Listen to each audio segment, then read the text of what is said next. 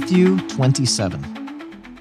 When morning came, all the chief priests and the elders of the people took counsel against Jesus to put him to death. And they bound him and led him away and delivered him over to Pilate, the governor. Then when Judas, his betrayer, saw that Jesus was condemned, he changed his mind and brought back the 30 pieces of silver to the chief priests and the elders, saying, "I have sinned by betraying innocent blood." They said, "What is that to us? See to it yourself." And throwing down the pieces of silver into the temple, he departed, and he went and hanged himself. But the chief priest, taking the pieces of silver, said, "It is not lawful to put them into the treasury, since it is blood money." So they took counsel and bought with them the potter's field as a burial place for strangers. Therefore that field has been called the field of blood to this day.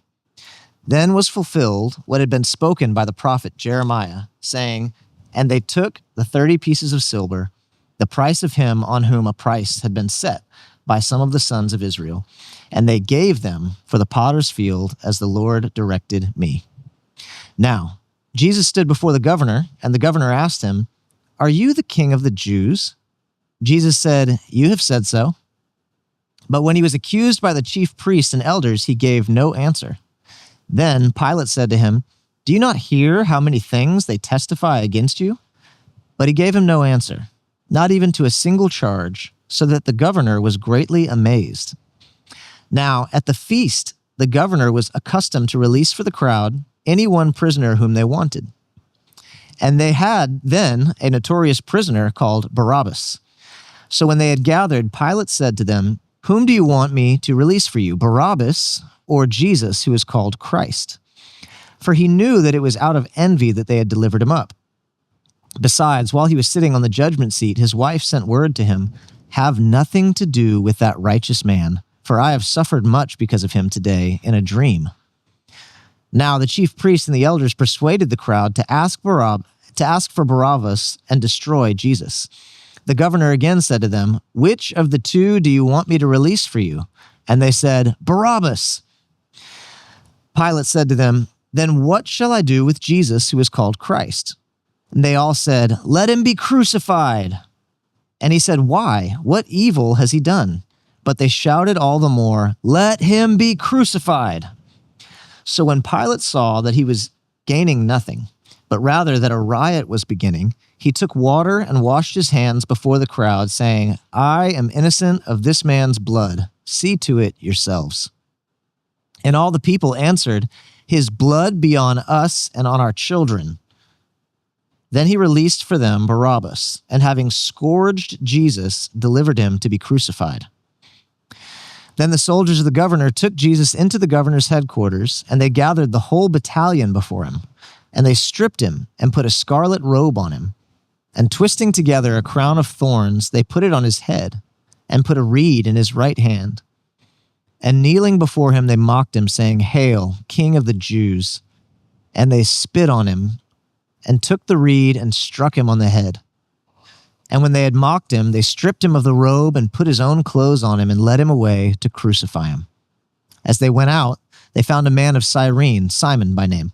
They compelled this man to carry his cross. And when they came to a place called Golgotha, which means place of a skull, they offered him wine to drink mixed with gall. But when he tasted it, he would not drink it. And when they had crucified him, they divided his garments among them by casting lots. Then they sat down and kept watch over him there. And over his head they put the charge against him, which read, "This is Jesus, the King of the Jews." Then 2 robbers were crucified with him, one on the right and one on the left. And those who passed by derided him, wagging their heads and saying, "You who would destroy the temple and rebuild it in 3 days, save yourself. If you are the Son of God, come down from the cross." So also the chief priests with the scribes and elders mocked him, saying, "He saved others, he cannot save himself. He is the King of Israel. Let him come down now from the cross, and we will believe in him.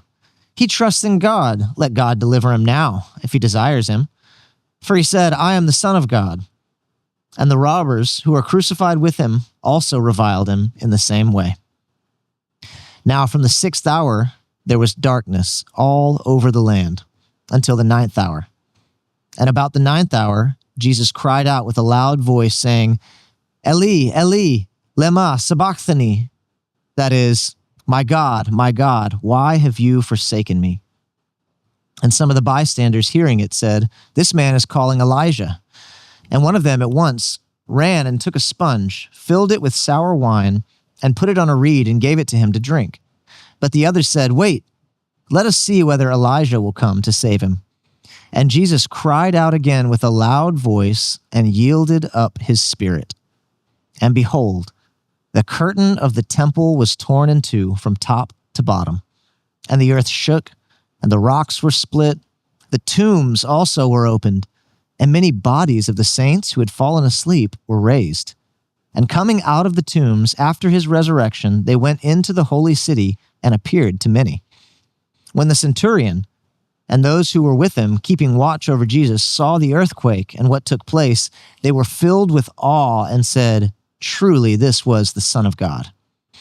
There were also many women there, looking on from a distance, who had followed Jesus from Galilee, ministering to him, among whom were Mary Magdalene, and Mary the mother of James and Joseph, and the mother of the sons of Zebedee.